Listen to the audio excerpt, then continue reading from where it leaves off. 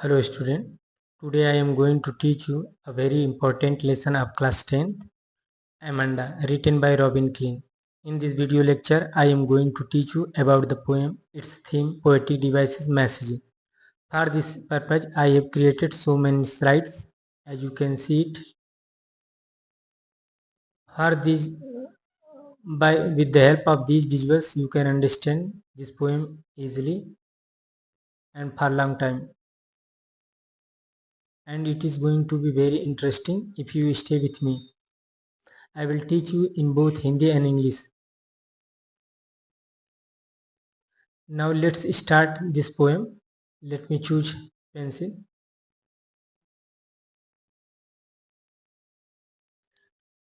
This poem is about a girl Amanda. ये एक लड़की अमांडा के बारे में है जिसके माता उसको बार बार टोकती हैं कि ये करो ये ना करो, और इसी के बारे में है. और वो परेशान होती है तो सोचती है कि मुझे ये होना चाहिए ये नहीं होना चाहिए. और ये इसका सिंबॉलिक मीनिंग है. ये जो अमांडा है वो सभी युवाओं को प्रतिनिधित्व करती है जो लगभग 12 से 18 साल के हैं और जो सोचते हैं कि उनके पेरेंट्स उनको बार बार क्रिटिसाइज कर रहे हैं, इंटरफेरेंस कर रहे हैं इसमें ना.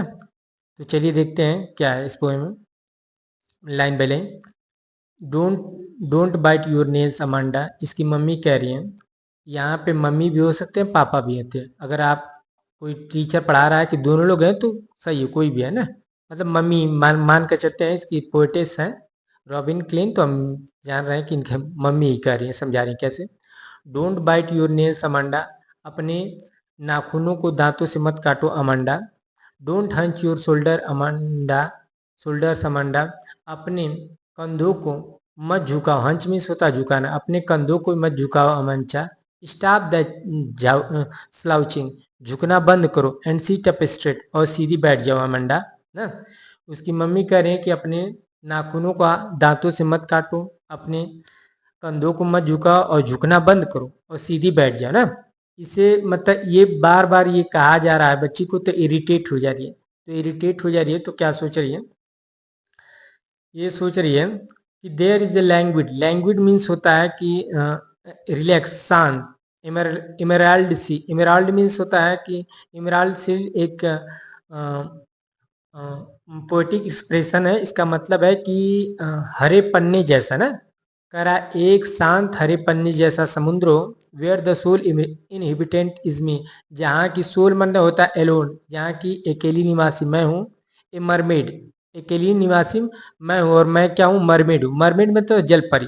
जल परी मतलब जिसकी अपर बॉडी, ये बॉडी वोमेन की हो और लोअर बॉडी फिश की हो, उसे मरमेड कहते हैं. ड्रिप मीन्स होता है बहना, ब्लिसफुली, जो आनंद पूर्वक बह रही हो. क्या कर रही हो, आनंद पूर्वक बह रही हो. कह रहे कि एक एक शांत हरा समुद्र हो जहाँ की अकेली मैं जलपरी हूँ, जहाँ की मैं अकेली जलपरी निवासी हूँ और आनंद पूर्वक बह रही हूँ. मतलब ये चाह नहीं रहे कि मुझे कोई इंटरफेरेंस करे. यहाँ पे मरमेड का मतलब है फ्रीडम ना. ये नहीं चाह रही कि कोई टीका टिप्पणी करे कि क्या कर रही हो क्या नहीं कर रही हो. चलिए नेक्स्ट स्टेंजा देखते हैं. Did you finish your homework Amanda. उसकी मम्मी कह रही है कि क्या अमांडा, तुमने होमवर्क कर लिया, समाप्त कर दिया. डिड यू टीडी मीन्स होता क्लीन योर रूम अमांडा. क्या तुमने अपना रूम साफ कर लिया अमांडा. I thought. मेरा विचार है कि मैंने तुमसे कहा था तुम्हें जूता साफ करने के लिए. तो पूछ रही हैं कि क्या तुमने होमवर्क कर लिया, क्या तुमने अपने रूम को साफ कर लिया, क्या अपने जूतों को धो दिया. अच्छा, इसमें देखिए फिगर ऑफ स्पीच एक है. यहाँ पे डिड यू और डिड यू जब दो या दो से अधिक वर्ड ना लाइन के बिगनिंग में है तो ये एनाफोरा होता है. कौन सा फिगर ऑफ स्पीच होगा, एनाफोरा. ठीक है, पहले भी स्टेंजा में था. चलिए यहाँ तक समझ में आ गया. अब ये बार बार मम्मी के द्वारा ऐसे इंटरफियरेंस करना, बोलना उस बच्ची को अच्छा नहीं लग रहा है. तो फिर वो क्या आगे सोच रही है. I am N orphan. मैं अनाथ होती. कह रहे कि मैं सोच रही मैं अनाथ होती. Rooming the street. गलियों में घूमती. मतलब कि मैं अनाथ होती. अनाथ का मतलब, ऑर्फन का मतलब है कि जिसके माता पिता ना हो, कोई ना हो ना. तो यहाँ ऑर्फन इंडिपेंडेंट का सिंबॉलिक है. किसका है, इंडिपेंडेंट, स्वतंत्र. कह रही मैं स्वतंत्र होती और मैं गलियों में घूमती. आई पैटर्न, पैटर्न मीन्स होता है मेक पैटर्न। यहाँ पैटर्न नाउन भी होता है, वर्ब भी होता है, मगर यहाँ वर्ब है क्योंकि सब्जेक्ट के बाद वर्ब भी लगेगा ना। I pattern soft dust with my hands, hands means होता है शांत, बेयर माने नंगे, मैं अपने शांत नंगे पैरों से कोमल धूल की आकृति बनाती। ठीक है। द साइलेंस इज गोल्डन, क्या है, साइलेंस इज गोल्डन, जो शांति है वो मूल्यवान है, गोल्डन है। और फ्रीडम कैसी है, मधुर है, सुखद है। ठीक है, ये भी स्ट्रेंजर समझ में आ गया। फिर अगला देखते हैं, don't eat that chocolate Amanda, वो चॉकलेट मत खाओ। इसकी मम्मी देखिए बार बार इसको कह रही है कि ये ना करो, ये करो ना, इसीलिए बच्ची सोच रही, परेशान हो रही है। कह रहे हैं remember your acne, acne means होता है मुहासे, जो गाल पर ऐसे होते हैं ना रेड रेड हल्के, उनको कहते हैं एक्नी। अपने मुहासों को याद करो।